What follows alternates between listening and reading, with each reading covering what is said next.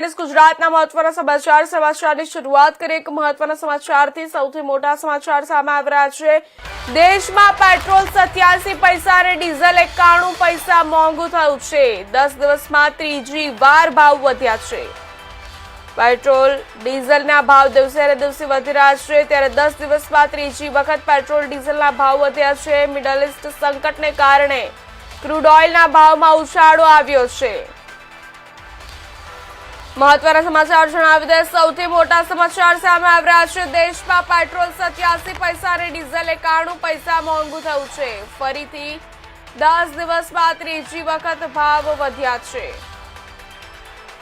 Middle East સંકટને કારણે crude ઓઇલના ભાવમાં ઉછાળો આવ્યો છે।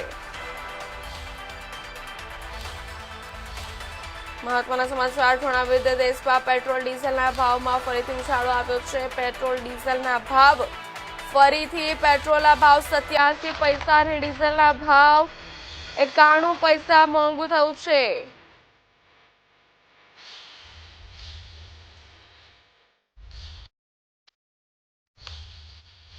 મિડલ ઈસ્ટ સંકટને કારણે ક્રૂડ ઓઇલના ભાવમાં ઉછાળો આવ્યો છે। 10 દિવસમાં ત્રીજી વખત ભાવ વધ્યા છે।